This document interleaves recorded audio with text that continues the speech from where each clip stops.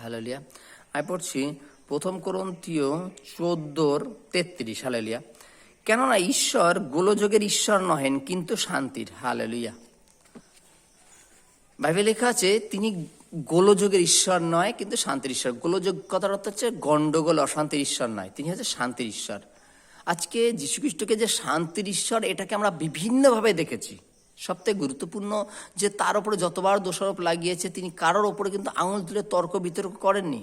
তিনি বারবার পিতার কাছে বলেছেন, আর তিনি প্রতিনিয়ত শান্তির সুসমাচার প্রচার করছেন, শান্তির কথা বলেছেন। এবং বিভিন্নভাবে তার যে শিষ্য, তাদের একটাই কথা বলেছে যে তোমরা শান্তিতে থাকো, তোমাদের মধ্যে প্রেম হোক, তোমাদের মধ্যে ধৈর্য হোক, যে তোমার শত্রু তার জন্য তুমি প্রার্থনা করো, যে তোমার জামা নিয়ে নেয় তাকে তুমি তোমার প্যান্টটাও দিয়ে দাও। অবশ্যই তাকে এইভাবে বাইবেল বলছে যে তিনি গোলযোগের ঈশ্বর নয়, তিনি শান্তির ঈশ্বর। এবং তিনি আমাদের শান্তি দিতে এসছেন, এবং শান্তি সম্বন্ধে আমাদের জানকারি দিতে এসছেন, যে আমরা যেন আমাদের মধ্যে শান্তি বজায় রাখি, এবং আমরা যেন অপর ব্যক্তিকে শান্তিতে থাকার পরামর্শ দিই। হালেলুয়া। আর যদি আমরা গন্ডগোল অশান্তি করি, তাহলে সেই ঈশ্বর, যিনি গোলযোগের ঈশ্বর নন, তিনি কি করে তোমার কাছে থাকবেন?